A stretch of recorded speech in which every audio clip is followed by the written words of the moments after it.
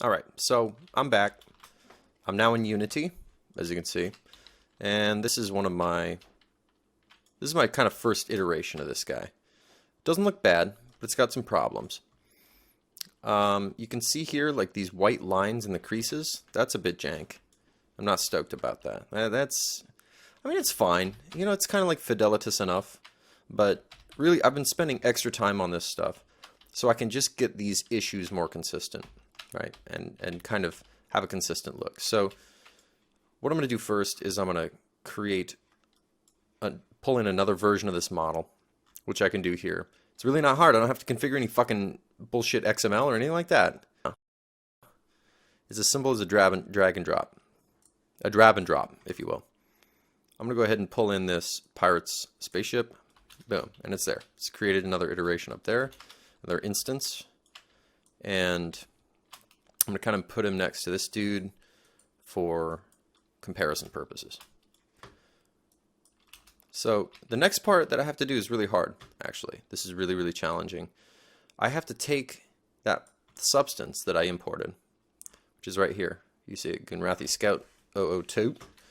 Gives me a little preview here. And I have to apply it to this 3D mesh. Now, if you were using, like, say, CryEngine or something, I don't know this for sure, but I imagine it's some fucking, like, 4th Stimpire level of absolute hell. You got to configure it probably in XML, do a bunch of horse shit. Here, you go like this. What? Yeah, that's how fucking easy it is. And there she is.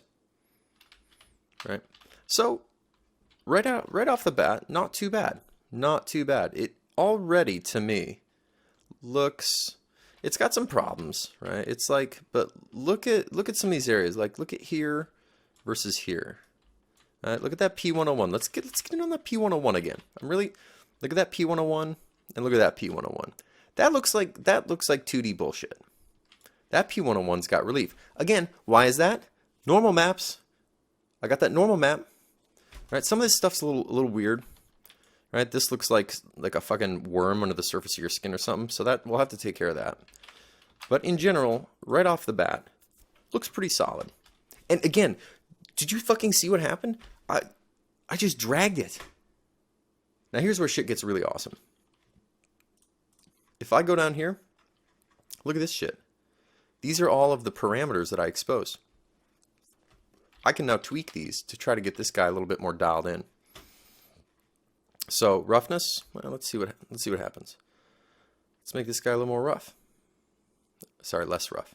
Now, the thing to watch for is look at this in here, right? Look at how like super metal that looks. Also look there. And kind of, I'm just moving my guy around to see how light is playing off of this surface, right? I kind of like over here, I like this better. That looks pretty kick-ass.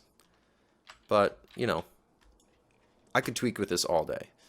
But that's my height map. So I'm kind of tweaking where the height map is. I think it was somewhere in here. You know, basically, and you're kind of just zoom out and like use your intuition a little bit. Right? You know, something like that. I can jack that up a little bit. That's kind of like crazy shiny. And let's go look at some of those problem areas. Like if you look in here, remember this area where it's kind of like a little bit janky in there? That white, we don't have that anymore. Again, I think I inverted the height map a little bit. But basically, this is kind of it, right? I have all these parameters, which again, these parameters here, I didn't do anything in Unity. Unity learned these from the output of Substance Designer. I don't know how they fucking did that, but I'm glad they did because it really makes my life easier. So, the height map.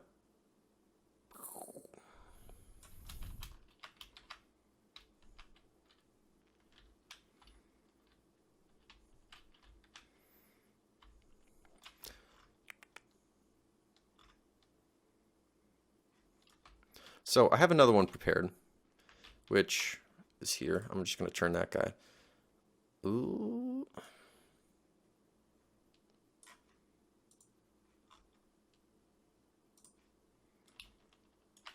Right, this is another one. And that's the guy after I've done all my tweaks and stuff. This is kind of how it came out. Right? So I didn't really do any of the tweaks to this guy. But this is kind of like the final version. You can see, like, check that metal. You can go down here, check the ambient occlusion. You see this? Those are those kind of secondary reflections coming off the backside. I think this looks pretty good. Honestly, the metallic or the metalness is a bit exaggerated, but I kind of like that.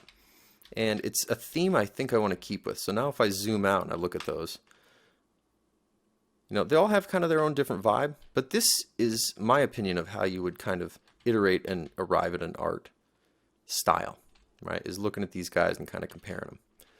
Like,